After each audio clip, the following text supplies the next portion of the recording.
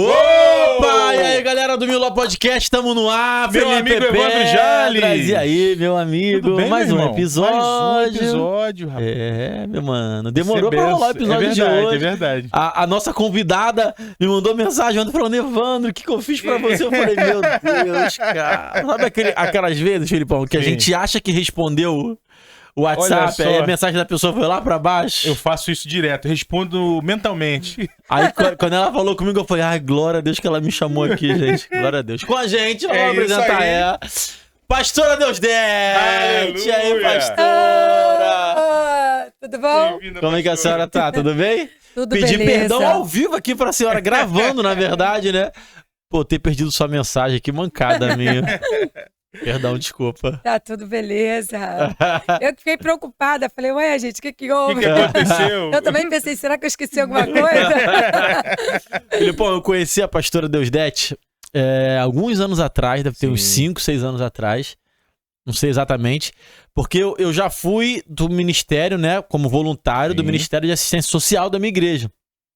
E aí, é muito relevante, né? Muito relevante. Um abraço pro pessoal da Igreja Bola de Neve, que é bem especial pra gente. E aí, todo final do ano tinha o Happy Day com as crianças do projeto que era da Deusdete, não é isso, pastora? Era, isso. E aí a gente fez, acho que comigo estando presente 2 vezes. E acho que com você e Nadilene mais vezes, né? Quase 10 anos já. Então. Olha só, é muitos anos. Exato. E aí, desde que a gente começou o podcast, que eu falei, caramba, acho que se chamar a pastora Deusdete vai ser legal. Inclusive, mandar um beijo pra Nadilene lá de... Beijo pra você, hein? Beijão. Melhor fisioterapeuta que existe nesse Rio de Janeiro se chama Nadilene. Tô fazendo um jabá pra tu de graça aí, hein, Nath? Vou querer um negocinho de graça aí, hein? Enfim, feliz, obrigado por ter vindo participar, obrigado por ter topado. Antes da gente começar a nossa conversa, vamos fazer nosso jabá, né, Felipão? Vamos sim.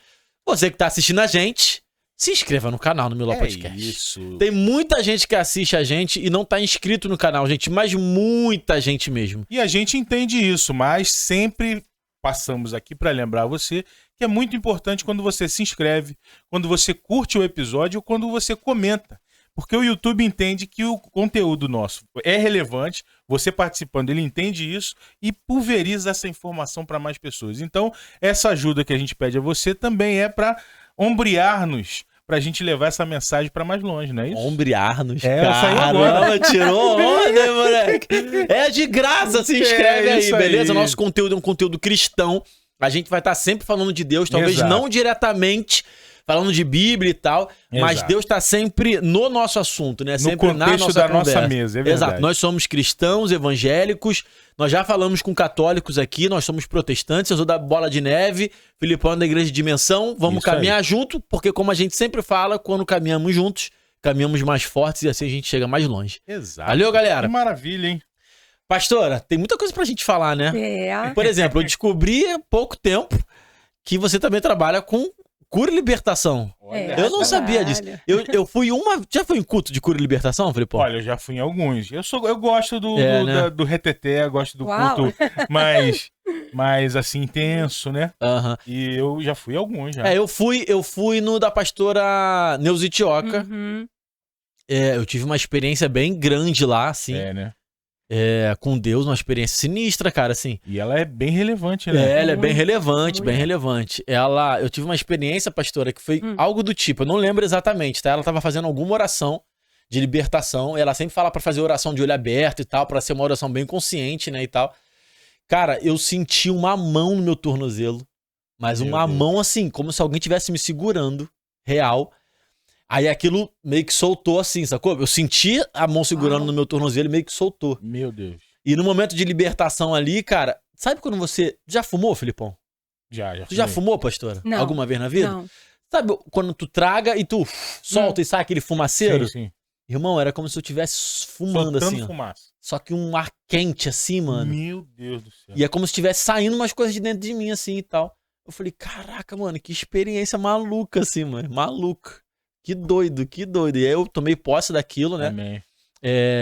E amém. Aí nunca mais voltei. Porque tem gente que gosta de ir toda hora, né?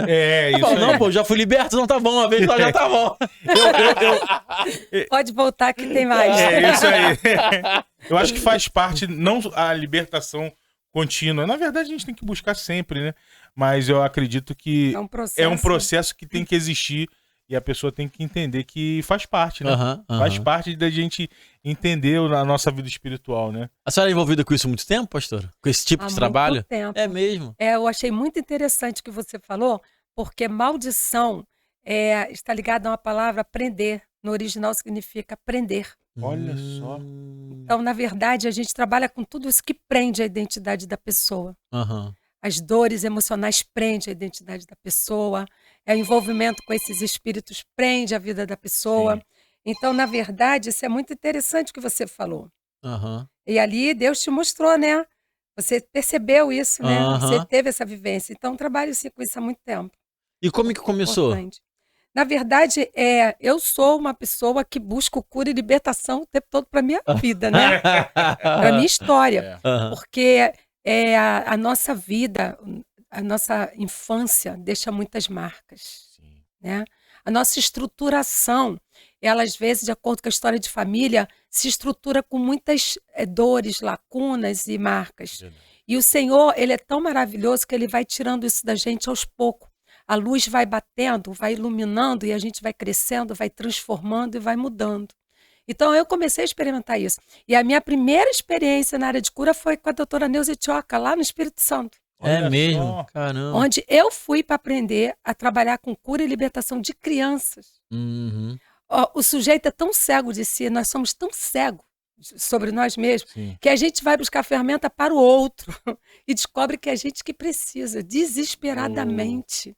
Eu não tinha noção do quanto eu era doente. E lá, numa madrugada, porque as ministrações entravam à madrugada, né? Eu não consegui chegar perto dela. E eu voltei para o quarto de hotel, chorando, e falei assim, meu Deus, eu precisava chegar perto daquela mulher, mas eu não consigo. Eu preciso da ministração dela, mas é muita gente que ela está atendendo. Mas o Senhor é o Deus que trabalha através dela. Me dá aqui, ó Deus, alguma coisa que está acontecendo lá. Porque o Senhor pode estar aqui cuidando de mim no quarto. Amém. Foi quando eu comecei a experimentar ali um momento de cura e libertação no quarto de hotel. Eu comecei a gritar e chorar tanto que a colega de quarto saiu correndo. Ela se assustou. Saiu correndo. Achou que você estava endemoniada aí, tá endemoniando, e eu não sou a Neuza Tioca. Eu chorava muito, foi assim, sabe? Uma experiência. E eu tinha, assim, uma ideia de que minha mãe não gostava de mim. Eu carregava um manto de rejeição muito forte. Eu não me sentia pertencendo à minha família. Eu tinha muita vontade de um dia poder sair de casa, morar sozinha, porque eu não me sentia pertencendo. E depois que eu passei por essa experiência, quando eu volto para o Rio de Janeiro, eu volto e encontro a minha casa, a minha mãe, a minha vida totalmente diferente. Eu começo a sentir que eu pertencia à minha família. E dali eu comecei a ver o quanto que eu precisava de cura. E comecei a buscar seminário daqui, seminário dali. Fui para a África. Olha só. Tive uma experiência lá na África, assim, bem difícil. E um missionário disse para mim assim, você precisa de libertação. Não, mas você foi para a África pra... Ser missionária. Ah, tá. Não foi para nada específico de cura e libertação, não, né? Foi ser missionária lá. Fui ser missionária, fui trabalhar numa missão. Você lembra o país? África do Sul, Joanesburgo. Eu fui para ajudar numa missão, numa escola de refugiados. Caramba. Que dava o 2º grau à igreja, tinha esse trabalho missionário, a missão, né? Dava o 2º grau para refugiados lá, e eu fui para ajudar nessa escola, né? Só que lá chegou um missionário do Brasil, da Assembleia, foi lá, parece que só para isso, passou uns dias com a gente, e ele disse assim, você precisa de libertação. Eu achei aquilo assim meio um absurdo, porque eu achava assim, libertação é só para quem foi desse mundo do ocultismo, eu não. Mas eu já estava entendendo que a soberba estava me atrapalhando de ser abençoada. Tipo, a pessoa falava uma coisa, não, eu amo a palavra, eu sou mulher de oração, tô pronta, né? Eu estava percebendo que essa ideia não estava dando certo na minha vida.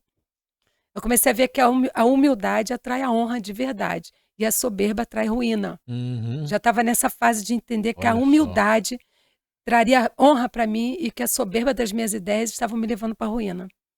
Falei, dessa vez não vou questionar. Porque não é uma soberba que que as pessoas aparentam ver em você. É por dentro mesmo, né? O seu entendimento é uma soberba, né? É aquilo que a gente chama de ideia limitante. Ideia limitante. Eu tenho uma crença. Aceitei Jesus, estou pronta. Tinha, né? Sim. Aceitei Jesus, estou pronta. Vou sair para fazer a obra que eu estou pronta. Mas, na verdade, a grande obra é o que Deus faz em nós, né? Ele faz a obra em nós enquanto a gente está fazendo a obra. Porque a palavra diz que ele limpa aquele que dá fruto para que dê mais fruto ainda. Amém. Ele empenha com quem é empenhado com ele. E quando ele vai te levar para outro nível, ele te leva também para a oficina e começa a te tratar também para te preparar para o outro nível. Deus é maravilhoso, né? É de glória em glória. Amém. E ele sabia que tinha algo comigo, porque na África eu não tive uma boa mentoria. Esse negócio de mentoria, eu achava isso uma palhaçada, cara. Hoje eu vejo que isso é muito importante. É verdade. Gente, ser mentoriado é muito importante. Ser discipulado é muito importante. Tem que ser discipulado. Porque senão compromete o propósito na tua vida. Quando não tem um irmão mais velho cuidando de você. E aí lá, eu não as pessoas me davam algumas ideias no seminário. Eu fiz seminário. Fiz o Betel, 4 anos. E tinha um livro sobre batalha espiritual. Se eu não me lembro, é Rebeca Brown. E ela tinha umas coisas assim muito doidas naquele livro. E uma professora falou assim, lê esse livro. Eu comecei a ler aquele livro, eu falei assim, trouxe muito doido. Pra que eu fiz isso? Deixei o livro pela metade e fui pra África. Meu amigo. Lá eu vi na prática. Que arrependimento de não ter lido aquele livro até o final. E não ter estudado o inglês. Mas por não ter estudado o inglês, eu me envolvi muito com mulheres portuguesas. Sofridas. Muito sofridas. E eu não tinha paciência de escutar ninguém. A pessoa começava a me contar uma história, eu queria que fosse logo pro final. E aí, vamos pro final logo. Mas lá na África do Sul, como eu não tinha um grupo que eu pudesse assim, interagir como eu gostava, né? Comecei a andar com essas mulheres portuguesas. E elas só falavam de dores emocionais, né? Só falavam de problema. E eu ficava escutando. Aí eu comecei a ver como que era prazeroso escutar aquelas mulheres falando das dores delas. Comecei a sentir compaixão. Aí eu falei assim, Deus, se eu voltar para o Brasil, eu quero cuidar de mulheres. Só que era um desejo que vinha de Deus, né? Ele já sabia o que ia ter comigo aqui no Brasil, né? Aí quando eu voltei para o Brasil, eu falei para o meu pastor, eu preciso de libertação. Aí ele, quê? Preciso.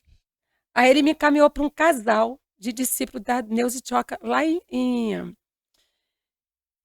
Niterói.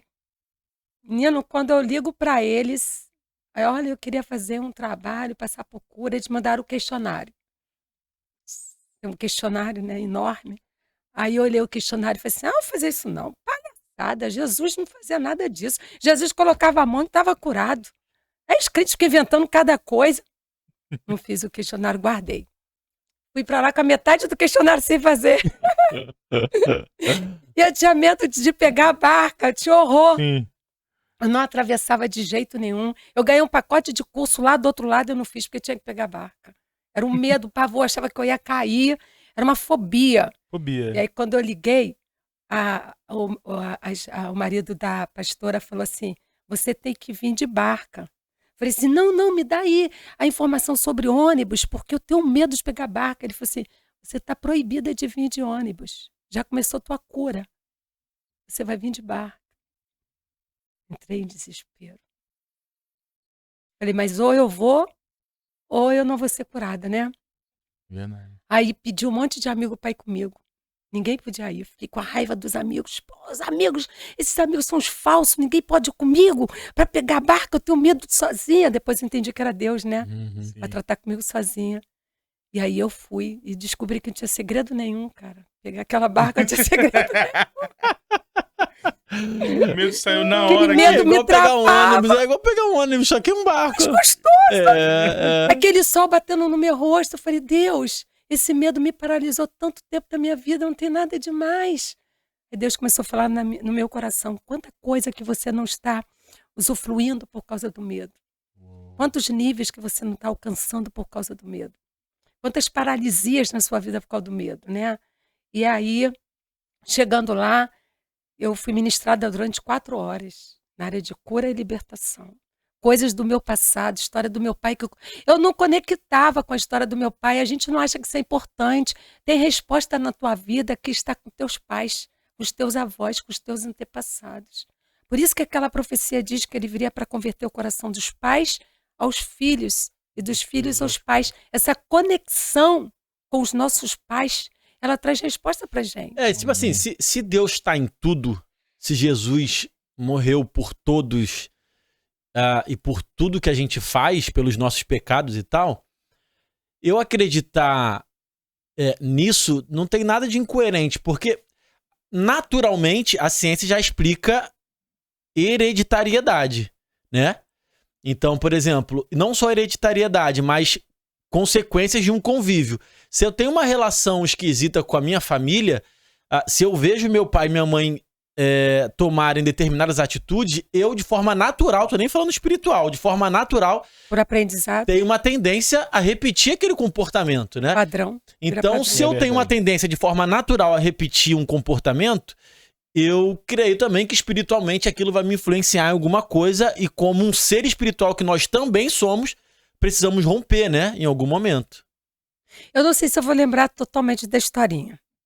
Sim. A história de uma moça que o marido trazia o peixe grande para ela e ela cortava o peixe e botava só um pedaço na frigideira. Sempre fazendo isso. Um dia ele perguntou assim, por que você corta o peixe? Ela, porque minha avó fazia isso. Aí foram visitar a avó. Ô, vó, por que a sua neta sempre corta o peixe? Eu trago o peixe, ela não faz ele inteiro, ela corta e bota na frigideira. Aí ela diz assim, ô, minha filha, por que você faz isso? Ela disse, ô, vó, você não fez isso a vida inteira, né? Assim que você me ensinou? Aí a avó disse assim, minha filha, eu não tinha frigideira grande, só tinha frigideira pequena. Excelente. Então, às vezes a gente repete porque foi o padrão que nos formatou, né? E até para deixar claro para quem tá assistindo com a gente aí, engraçado que outro dia, tipo, deve ter um mês, eu fui ler algumas coisas sobre maldição hereditária, né? E existem linhas teológicas dentro do protestantismo que não acreditam em maldição hereditária, né? Que acham que quando a gente aceita Jesus, o nosso passado de fato fica para trás, a gente nasce uma nova criatura e tudo mais. E tá tudo bem se você tem essa linha teológica.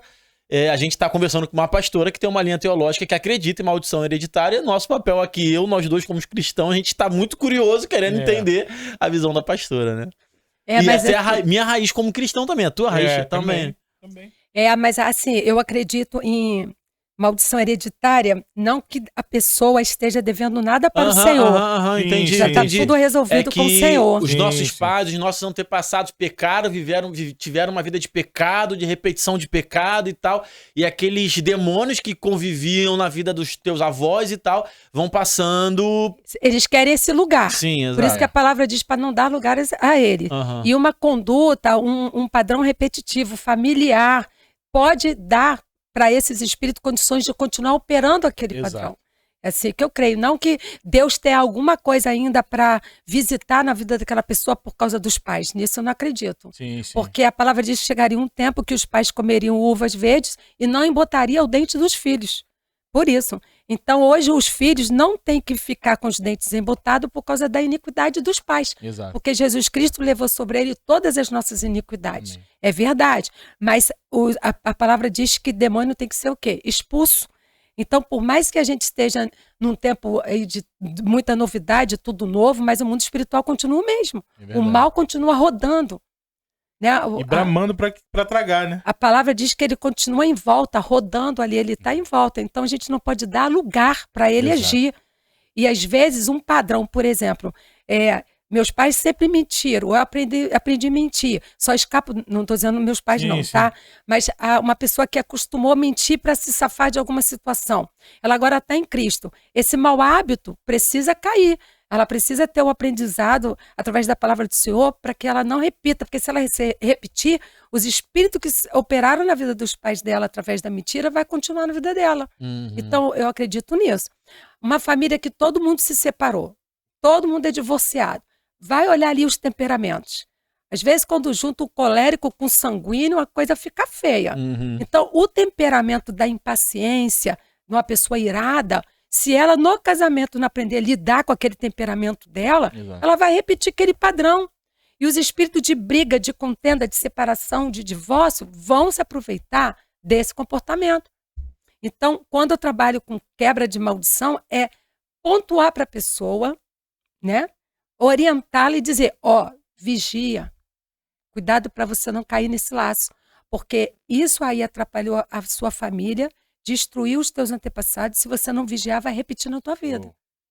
Mas não que o diabo tenha esse poder, a não ser que a pessoa dê. É isso aí. Eu acredito em maldição hereditária assim, entendeu? Entendi. Sim, perfeitamente. A gente tava falando... concordo super com isso daí também. A gente tava falando da sua passagem na África, né? Terminou? Tinha terminado, não? Terminou Sim, na libertação das 4 horas. Eu tô curioso com experiências, então. Eu queria que você contasse uma história. Na África? Na África, não, ou em cultos de cura e libertação. Sim. Porque, eu, na minha experiência, foi uma experiência pessoal, sacou? Eu tava vivendo aquela experiência, eu sabia que era algo espiritual, algo forte, sabe? Mas eu fiquei aqui, ó. Eu amo isso aí, ó. Mas, irmão... Na cabeça. Não. Outras pessoas ao meu redor.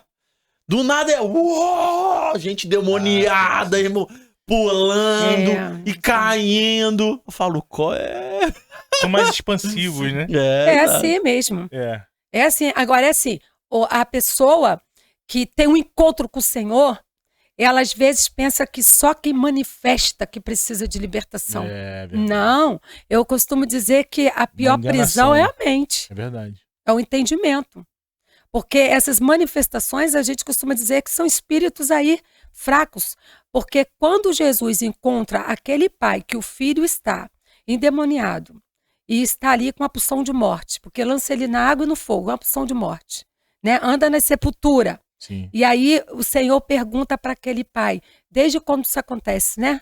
Então, desde que ele é pequeno, criança, né? Então você vê que é uma coisa que está antiga na vida daquele menino, há muito tempo. E aí se pergunta por que a gente não pode expulsar? Porque eles já estavam ali acostumados a botar a mão, sai, em nome de Jesus, sai. Então Jesus vai ensinar que tem castas de demônio.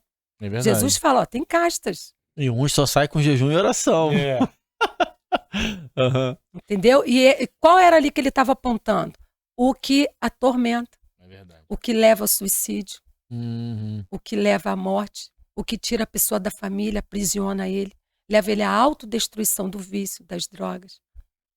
Então esse daí é o mais resistente. Sim. Né? E por isso que eu amo o aconselhamento, porque você pode orar com a pessoa, conversar com a pessoa, orientar, estar junto dela. Eu acho que libertação também tem muito a ver com conversa e conhecimento, né? Porque o conhecimento de quem você é em Cristo, de como age a sua mente, de como você reage a certas ações. A senhora estava falando, eu estava conjecturando aqui comigo, que o próprio ego é um tipo de um espírito maligno para a pessoa, né? Um aprisionamento, e, tipo uma crença limitante. A senhora não aceitava que ninguém falasse alguma coisa que viesse de encontro ao que a senhora acreditava. Isso é uma crença limitante. Isso é um espírito que age, que só com conhecimento, com conversa, com acompanhamento, com discipulado, essa libertação vai acontecendo. A senhora acredita nisso também? É porque a grande libertação é o entendimento, né? Se o Filho vos libertar, verdadeiramente sereis livres. O Filho é quem? É a verdade. Conhecereis a verdade vos libertará. Uou. É maravilhoso, né? Entendimento liberto muda a vida, né? A mente é o maior campo de guerra. É verdade. Quando a mente é iluminada, as saídas de vida começam também a mudar. Amém. Jesus falou isso, né? Sobre tudo que se deve guardar, guarde o seu coração. Porque dele procede as saídas de vida, né? E é o primeiro órgão a ser formado.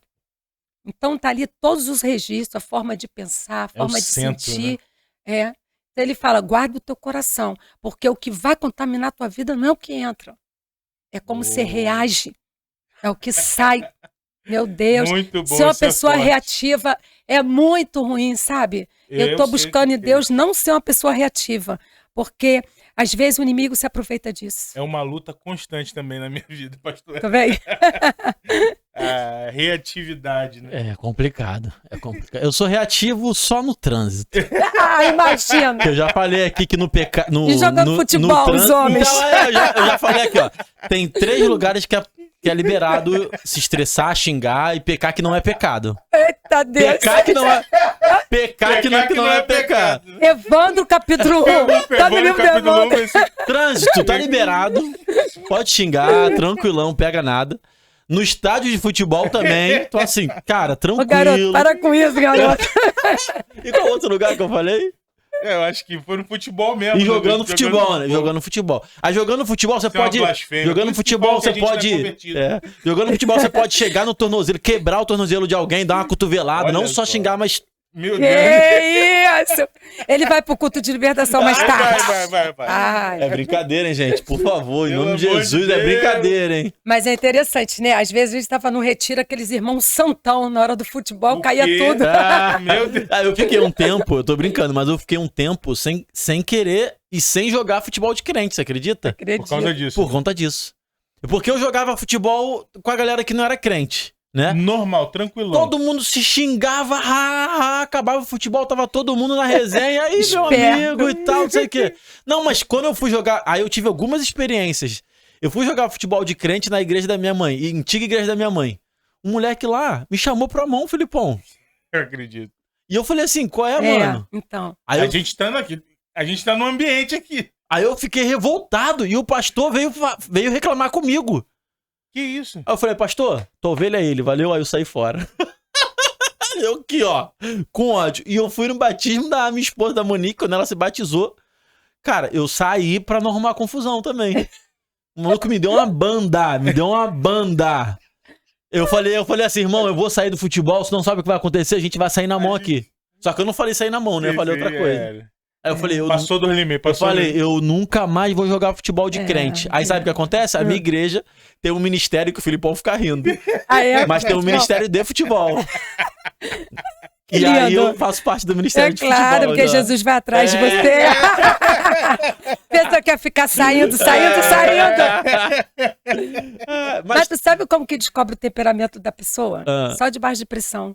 É, né? É verdade. Mas eu sou de boa, sabia? Eu tô brincando, assim. Eu sou competitivo. No futebol, eu não bato ninguém, eu não xingo. Acho que o início desse confronto é a competitividade, sabia? Então, mas no futebol, por exemplo, eu sou reclamão, eu reclamo muito. Aí eu reclamo muito. Imagina. Com o juiz, né? Com o juiz, com meus amigos, com os adversários. É isso, eu reclamo. Frente, não tá correndo. Porque eu quero ganhar, sabe? Entendi. Mas eu não xingo e não bato.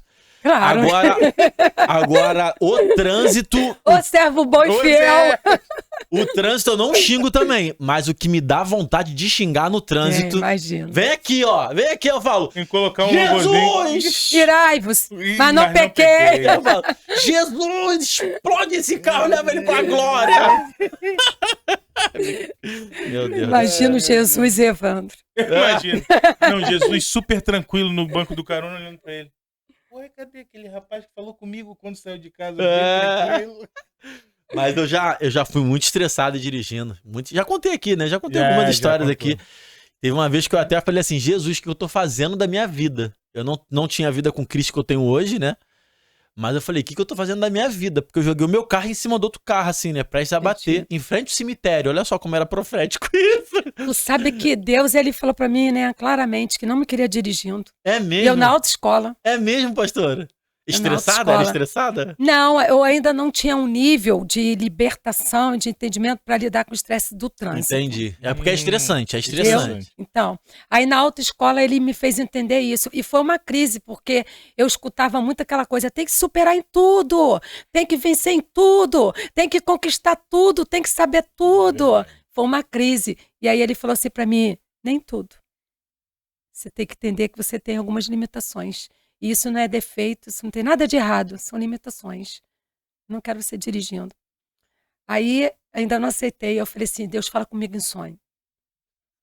Em sonho não vou poder interferir. Em sonho não vou... Fala comigo em sonho, porque ele usou uma pessoa, eu estava na autoescola. Ele usou uma pessoa para falar. As próximas aulas, foram 3 aulas, deram tudo ruim. Aí ele falou comigo em sonho. Eu sonhei que eu estava dirigindo, confundi o acelerador com o freio. Meu Deus! Causei um caos. Aí Deus vinha como um guarda, né? E eu olhava assim, e eu dizia assim, Senhor, me dá livramento. Aí ele disse, eu já te dei no sonho para não precisar dar na vida real. Acabou. Aí no sonho, Deus em forma de guarda, né? Passa sua habilitação. Nunca mais vai dirigir. Acabou. Acabou. Mas né? É tenso, né? É verdade, é verdade. Mas a senhora pode contar alguma história lá de algum encontro de cura e libertação ou não? Um amigo meu me contou, olha só como é que tá batendo, né? Tem umas 2 semanas que ele foi num culto de cura e libertação da Neuza Tioca. Que aí uma menina... Lá em... Não lembro onde foi. Sim. Não, foi na Barra não. Mas não lembro onde foi. Talvez São Gonçalo, talvez. Que uma menina endemoniou que, tipo, 5 homens, 6 homens não conseguiram segurar ela. Quando a galera ia segurar assim, ela... a galera jogava. Aí ele falou... Eu não sei se... Eu acredito nele. Que teve uma pessoa que ela pegou... O demônio, né? A pessoa endemoniada, jogou... Sabe essas cenas de filme que a pessoa... Tipo Matrix, foi jogada e vai batendo nas pessoas e vai todo mundo caindo tipo boliche. Eu falei, qual foi, Igor? Ele, irmão, isso aconteceu e eu vi. Cara, aí depois que o demônio foi expulso e tal, a menina falou que ela meio que saiu do corpo dela, foi pro púlpito e ficou vendo tudo, assim. Mas ela vendo meio que de fora do corpo dela. Eu falei, qual é, mano? Isso é Constantino, isso aí. Se fala de projeção astral, né? Eu falei, isso é Constantino, isso tá no filme, mano. Não, nunca vi uma projeção astral dessa aí, não. Eu tive algumas coisas meio parecidas na África, mas aqui no Brasil já é um outro nível, né? Interessante, né? Acontece muita coisa no culto de libertação. O que mais me impactou foi numa igreja que eu ministrei que teve, assim, muito vômito. Olha só. Isso aí foi uma coisa meio esquisita que eu não tinha visto, né? Teve muito, ao ponto do segundo encontro, compraram baldes, que tinham 150 pessoas. E aí compraram vários baldes, né? Isso eu nunca esqueci. Foi uma coisa bem impressionante. Mas, assim, também teve um caso de que a gente estava ministrando e uma pessoa sentiu que tinha que ficar perto da escada, uma pessoa da equipe. E, de repente, uma moça saiu, assim, correndo e ela ia se jogar. Caramba. A escada, né? Tem uns lances assim. Caramba. No culto de libertação, a equipe fica de olho, né? Mas o Senhor tem o controle de tudo. Amém. Você já viu aquele mover do Espírito? Que eu creio nesse mover, que as pessoas cai aquela multidão e ninguém se machuca. Já viu isso? Já vi. Né? Então, assim, o Senhor cuida de tudo, Ele é fiel. E a galera fica vendo, a senhora pode falar com propriedade, né? O que tem de preparação, talvez seja a palavra, de consagração para um encontro desse de cura e libertação é gigante, né? Tanto de quem ministra, quanto de quem tá servindo. Né? Assim, é um período muito grande de consagração, de oração, de jejum, né, pastor? Tem muito, muito. E, assim, o Espírito do Senhor, Ele dá visão pra gente trabalhar com as pessoas e Ele revela as coisas. É muita coisa, mas sabe que eu acabo esquecendo que são tantos anos, né? Sim. E o próprio Deus, Ele bota esse mecanismo de defesa, né? Pra gente esquecer, senão fica muita pressão de lembranças de coisas.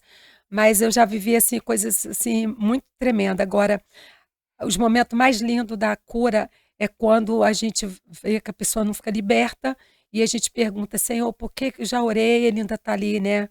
Porque acontece assim, antigamente a gente expulsava, quando eu comecei, eu passei por muitas situações com pessoas que não entendiam, né? Sim. Porque o Senhor, quando te chama para uma obra, Ele te dá uma visão daquilo que não necessariamente o outro tem. Sim. E aí eu expulsava o demônio, daqui a pouco a pessoa manifestava de novo, a pessoa achava que eu não estava tendo autoridade para expulsar, mas ela não entendia que aquele que estava ali não era mais aquele que já saiu, porque existem castas. Sim.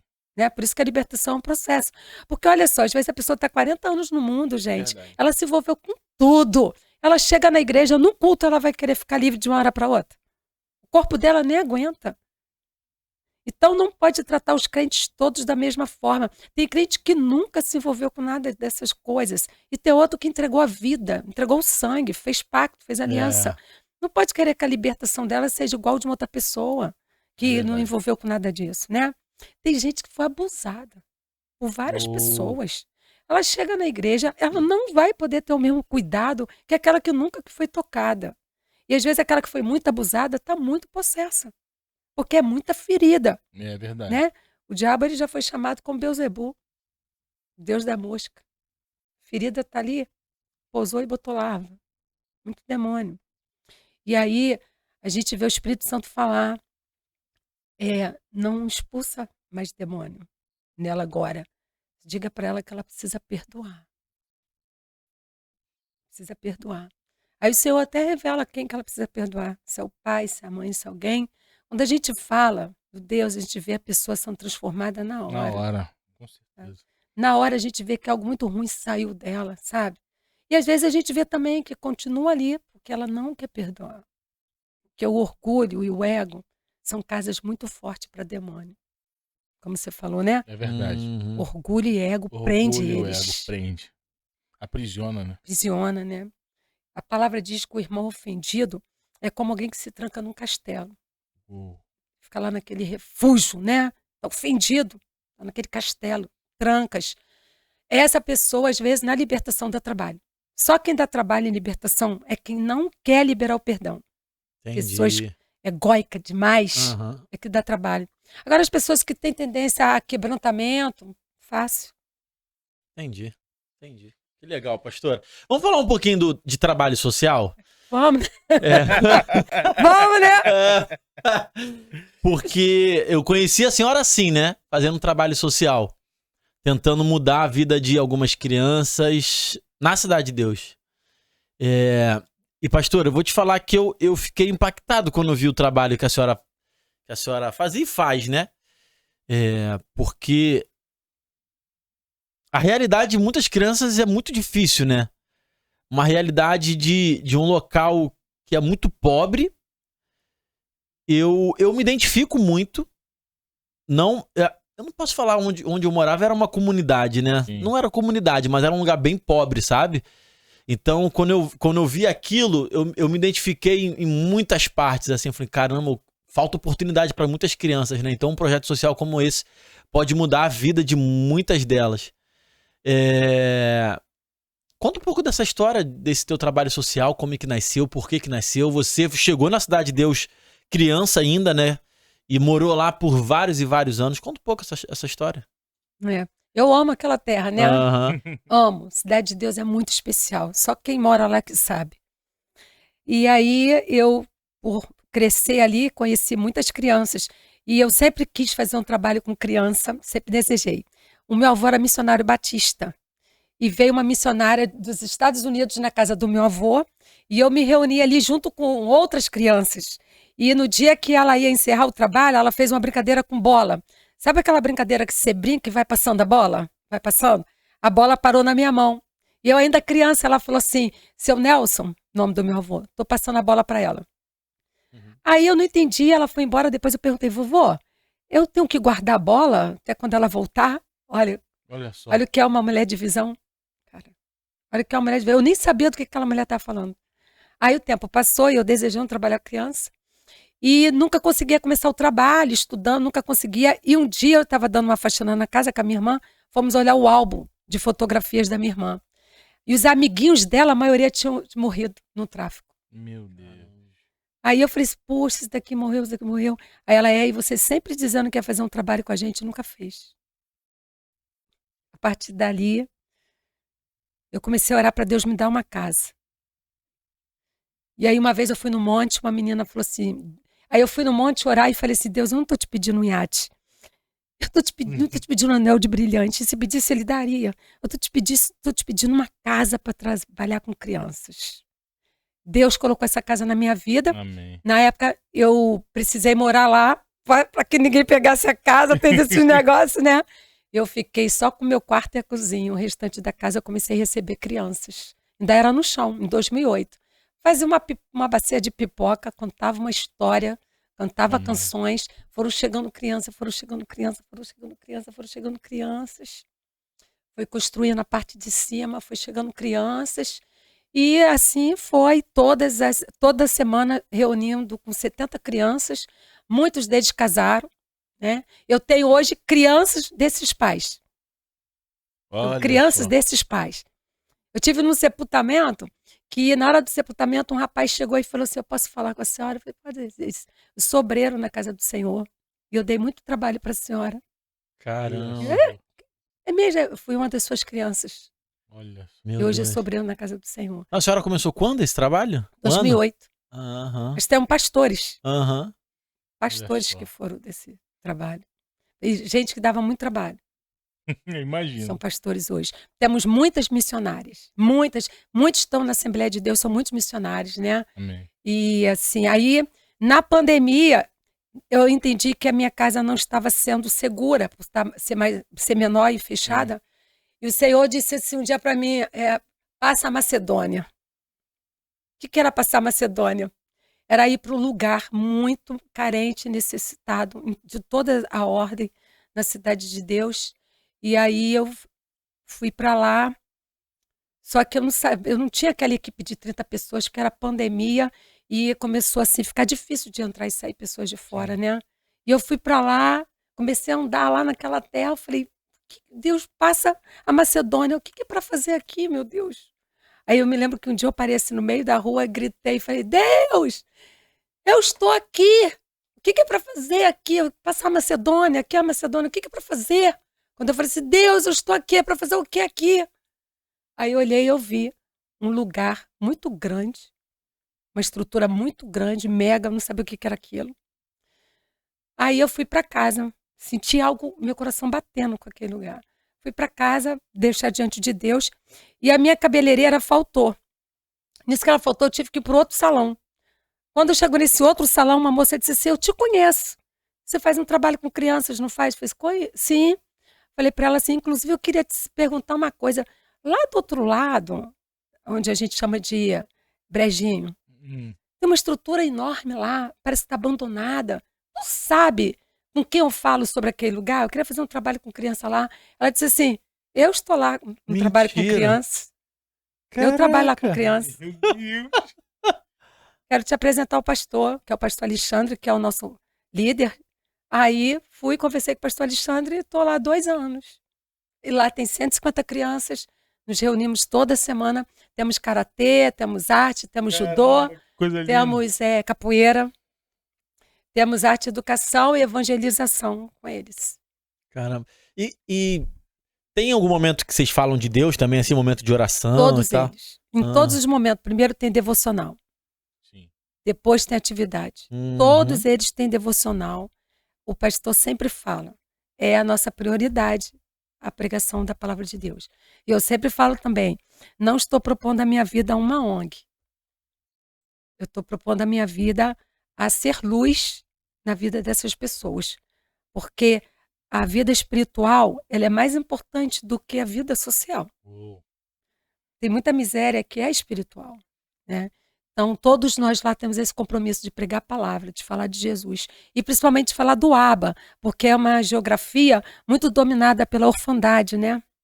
Então, a gente fala do Abba, do Espírito Santo, do Pai Paizinho, que os ama, que aceita, que eles pertencem ao reino de Deus, que o Senhor cuida deles, investe neles. A gente fala disso, do amor de Deus o tempo todo para eles. Lindo. São especiais. Olha, meninos, vocês não têm noção como tem potência naquele lugar.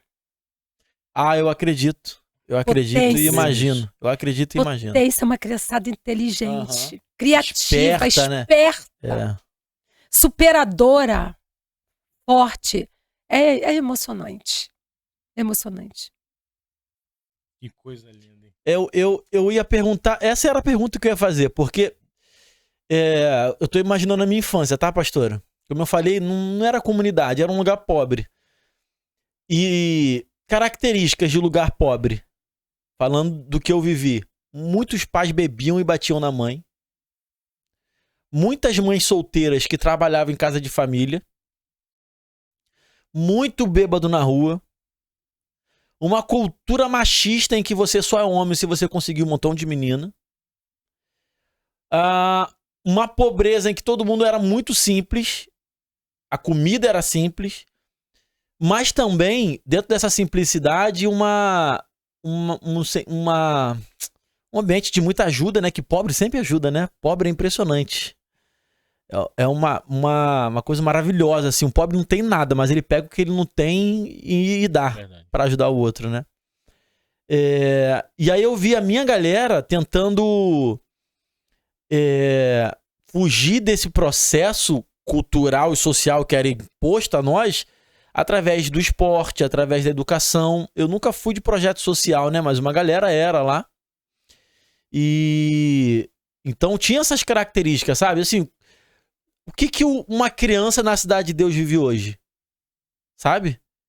Dá pra explicar um pouco? É tudo isso aí que você falou. Uhum. É tudo isso aí que você falou. Essa é a realidade. Essa é a realidade. Eles são fruto de famílias conflitadas, né? Famílias adoecidas, são famílias assim que não tem nada, abandonadas, machucadas mesmo pela história de vida. Eles são isso aí que você falou, eles convivem com tudo isso, com drogas, com bebida, com todo tipo de exposição a riscos, né? É isso aí. É difícil, né? É difícil. E aí, por isso que outro dia eu tava tendo uma conversa com a minha esposa, né? Porque a gente vive num país que fala sobre meritocracia. Eu acredito nisso. Só que não de forma tão literal, sabe? Porque, por exemplo, ao mesmo tempo que essas crianças estão passando por isso, outras crianças estão viajando pra Disney. E não que elas não passem por problemas, porque tem criança que vai pra Disney que tem uma família destruída, pai dependente químico e por tudo aí isso vai. Também. Exato. Mas aí falando especificamente de mercado, sabe? E aí em que você conquista tudo que você quiser. Por isso que eu falei, isso é verdade. Mas, cara, como é que você pega uma criança dessa, com 18 anos, e põe no mercado de trabalho, Filipão, pra competir com um outro jovem adulto que fala inglês, que fala espanhol, que viajou o mundo inteiro, que estudou nas melhores escolas, sacou? Exatamente. Agora você tocou no ponto da minha dor lá. Uhum. Porque eu tenho criança de 14 anos que não lê. Eu fico louca da vida com isso. Gente, eu fico desesperada com isso. Eu tenho vontade de dar aula para cada uma, mas eu não adianta, porque eu vou secar gelo, porque são muitas, eu não vou dar conta. Mas são centenas de crianças, Evandro. Eu acho assim que isso é espiritual, isso é iniquidade geográfica, isso é uma maldição, porque o conhecimento, a leitura, o estudo é um bem que ninguém pode tirar deles se eles tiverem. Porque quando você tem o conhecimento, se tirarem as coisas de você, você bota de novo ali no lugar. Porque o conhecimento vai com você onde você for, ele fica com você, ninguém te tira. Ninguém tira.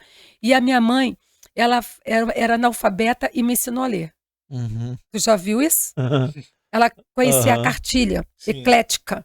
Ela sabia juntar, ela não conseguia ler, mas sabia juntar as sílabas. Eu tive hepatite na fase de alfabetização. Então, escola nenhuma me aceitava, porque era uma época que hepatite estava matando muito. Tipo a pandemia. Sim. A minha mãe me ensinou a ler assim, olha, ele ia fazer mingau, aí ela dizia assim, lê aqui, aí eu lia maisena, lê aqui óleo, e aqui arroz, aqui leite, feijão. Aquela mulher me ensinou assim.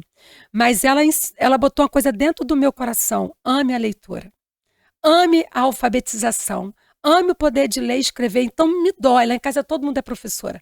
Me dói ver minhas crianças. Muitos projetos eu não consigo desenvolver com eles como eu gostaria, porque eles não sabem ler. E isso eu acho uma iniquidade de alto nível, sabe? Porque o que você limita, né? Assim, limita a vida. É isso, a identidade e o destino deles fica limitado por causa dessa despotencialização na leitura. É verdade. Isso é uma denúncia que eu faço. Isso é uma denúncia. E com a pandemia foi pior. Eu imagino. Foi pior. E é uma denúncia que eu faço porque as escolas também têm uma batalha espiritual muito grande que as professoras não conseguem dar conta dessa dificuldade lá dentro. E eles vão ficando, passando sem saber ler. Eles vão passando. Eles vão passando sem saber ler. Se você ler o Pedagogo, você já leu? O Pedagogo? Maquiavel, o Pedagogo. Não. É um livro que faz essa denúncia. Então ele diz que isso é mesmo uma coisa programada para manter essa massa ignorante. Então eu fico assim muito triste com isso.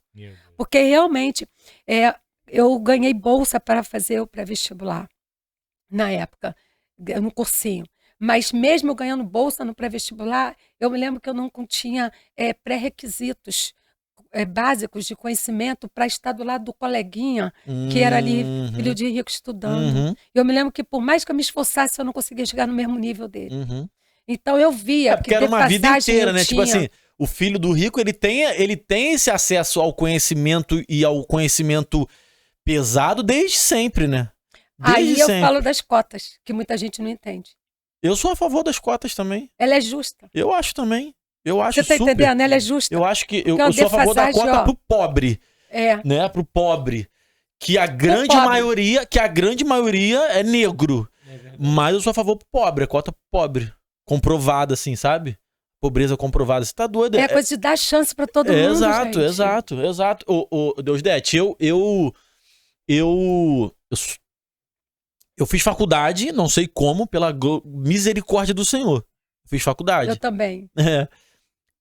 E eu ia fazer entrevista de emprego, a entrevista era, você precisa falar 2 línguas, de estágio, na verdade, né? Você precisa falar 2 línguas, você precisa ter curso tal. Eu falava, mano, eu tava trabalhando, cara. Eu trabalho desde os 12 anos de idade, 10 anos eu tava vendendo paçoca, batendo de portão em portão. Já era uma vitória que tá fazendo a faculdade. Eu ainda tenho que ter 2 idiomas, eu tenho que ter estudado não sei aonde, eu tenho que ter feito curso. Não tinha, irmão. Ou eu trabalhava pra comer, ou eu passava fome. Não tinha como eu... Sabe? Eu ia viagem. Eu ia pra onde? Eu ia pra Muriqui, cara. Não vou pra Disney, sacou? Não tinha como. Eu queria ter ido. E eu não reclamo de quem vai. A minha mágoa não é de quem vai. É tipo assim, mano, se Deus quiser um dia, vai ser normal quase toda criança viajar pra fora pra conhecer o mundo, saber que o mundo é muito grande. Eu vi que o mundo era grande mesmo. Através da arte. A arte me abriu os olhos. Eu amo a arte. Né? E aí, falando especificamente de filme. A arte é acolhedora, né? Falando especificamente de filme. Eu via filme e eu falava, caramba, né? O mundo é grande. O mundo não é Jardim Canaã em Nova Iguaçu. É isso aí. Né? Mas tem criança que nem acesso à arte tem, cara. Não tem. Sabe? Nem filme vê, não tem televisão em casa. Não tem que comida vai ter televisão. Sabe? Então aí é muito complicado. Aí eu também acho que eu sou super a favor de cotas, tem que ter escola, tem que dar oportunidade, tem que oportunizar, porque tem muitas crianças com muito potencial, com muita força de vontade. E aí você vai pro mercado. E aí já no mercado eu consegui estágios e tal. Minha percepção, Deusdete, não é totalidade. Foi a minha experiência, tá, gente? Foi o que eu vivi. Quando eu ia pro trabalho com gente de PUC, o FRJ, o UF, eu dava banho nesses moleque. Eu dava banho, sabe por quê? Eles eram tudo frouxo. Frouxo no sentido assim, reclamava de tudo, nada tava bom, porque tava acostumado com pundim. Na mão. Você superava tudo, né? Mano, tem que ficar aqui até meia-noite. Fico, pô. Tá maluco, isso aqui é minha vida. Porque se eu não tiver isso aqui, minha vida não vai ser transformada. Evandro, amanhã, 5 horas da manhã, tem que estar aqui. Evandro, tem que fazer um trabalho que não é teu. Irmão, eu varro o chão se precisar. Sacou? E a galera não queria. Corre atrás. Não queria, exatamente. Essa foi a minha experiência, tá, gente? Essa é coisa boa, né? No morador desses lugares, exatamente. Né? De pessoas humildes. A galera mete a mão e faz, porque tem oportunidade ali. Mas eu queria que mais pessoas, mais crianças tivessem essa oportunidade, sabe? Essa coisa da leitura, quando os pais leem, tem livros em casa, os pais gostam de ler, ensinam os filhos, o enriquecimento de vocabulário é muito grande da criança que tem esse universo, né, de leitura. Mas e quando a criança é daquela mãe solo que chega morta de cansada e ele ficou o dia todo na rua e quase que sozinho? E ela não quer mais conversa, e às vezes ela também não tem condições de estudo para isso, né? Não tem. Ó, eu tô falando de mim porque é conhecimento de causa, né? A minha mãe era doméstica, minha mãe trabalhava, ela se chamava, ela nem era diarista, trabalhava em casa de família, eu acho que ela falava. Cara, em grande parte da minha vida adolescência, cara, eu sou milagre, que eu devia ter virado bandido, qualquer parada assim, sabe? Deus já tinha me resguardado. A minha mãe trabalhava de segunda a sexta na casa de família, cara. Eu passava a semana sozinho em casa, mano. Aí, tá vendo? Com quantos anos? 13? Ah, eu não lembro a idade. Não lembro a idade exatamente. Mas por aí, 12, 11... Ela deixava ali um arrozinho, eu já aprendi a fazer comida, que eu tinha que fazer minha comida. Mesmo, e eu ia pra escola sozinho. Tinha responsabilidade, né? Tinha que ir pra escola. Tinha escola, se eu não fosse pra escola, minha mãe soubesse, dava ruim. Tinha que tudo sozinho. Estudar sozinho. Evandro, lá no nosso projeto, às vezes, nós temos um médico lá com a gente, graças a Deus. Temos 2 médicos agora. Outro dia uma menina passou mal, eu levei a menina pra casa. Mas ela não pode ficar em casa, por quê? Os pais não estavam em casa. Mãe sai pra trabalhar e eles ficam sozinhos em casa. Vai ficar com quem? É nesse nível, entendeu? Caramba, tenso. Meu Deus do céu. Não tem como pagar creche. Não tem como pagar alguém pra tomar conta. O projeto ele entra assim, né? Tem a creche do tem governo, creches, né? Imagino, municipal. Municipal, ou estadual, tem a escola, né? Só que quando eles saem do período escolar... Vai ficar sozinho. Eles ficam sozinhos, entendeu? E não é tão fácil você conseguir também vaga na creche, não, tá? Não é. No projeto da senhora tem inscrição também ou é... Tem inscrição também. Tem inscrição, né? Tem. No projeto que a senhora faz parte. Cara, que coisa linda. Tô querendo ir lá conhecer, né? A gente Vamos tem que sim. marcar um dia pra gente ir lá verdade. conhecer. A nossa festa de Natal, a gente já tá quase bastante tempo, né? A Bola de Neve faz pra gente. Sim. E a gente vê milagre. Amém.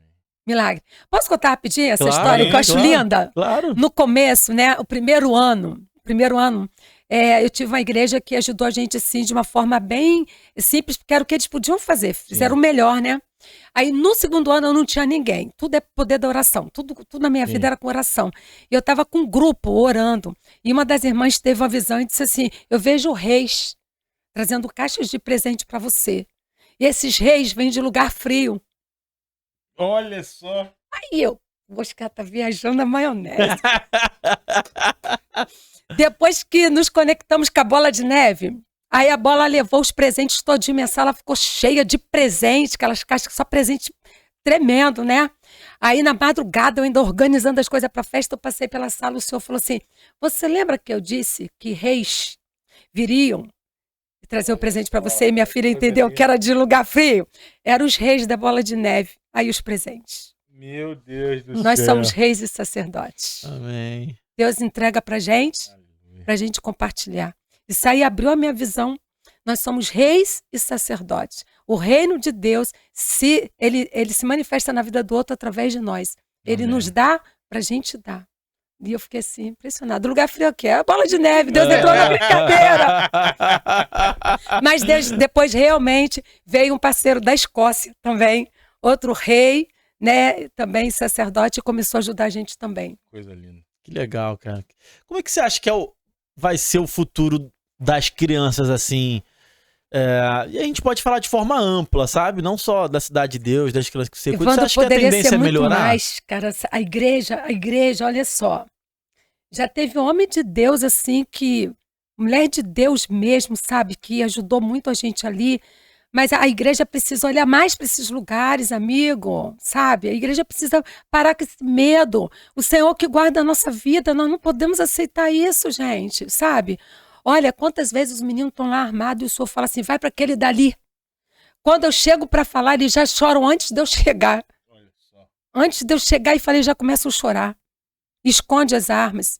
Entendeu? Teve um menino que eu fui dar uma palavra para ele e falei assim, meu filho, só me dá uma palavra aí. Você pode falar. Ficou chorando ali. Eu falei, ué, que isso? Acho que Deus já estava dizendo alguma coisa para ele, quer falar com ele. Quando eu vi, ele já estava preparado. Sabe, você vê assim, é um amor que eu sinto por aquelas vidas, sabe? Um amor tão grande, uma misericórdia. Eu me lembro uma vez que eu estava no sacolão, um rapaz estava na minha frente, armado lá, tomando conta. Eu olhei para ele e falei assim, Deus não te chamou para isso. Não é isso que o Senhor tem para você. Não é essa arma que tinha que estar na tua mão. É outra arma. Ele disse assim, eu sei. Desviado. Caramba. Nunca mais ele voltou ali. Voltou pra igreja? Voltou pra igreja. Saiu do crime? Tem um outro, Caraca, meu filho. Glória a Deus, tem outro que que eu legal. tava passando, vi e falei assim, rapaz, vem cá. O Senhor mandou dizer que aí não é teu lugar, não. E se você continuar nisso, você vai dar ruim pra você. Ele já sabe quando a gente fala assim, né?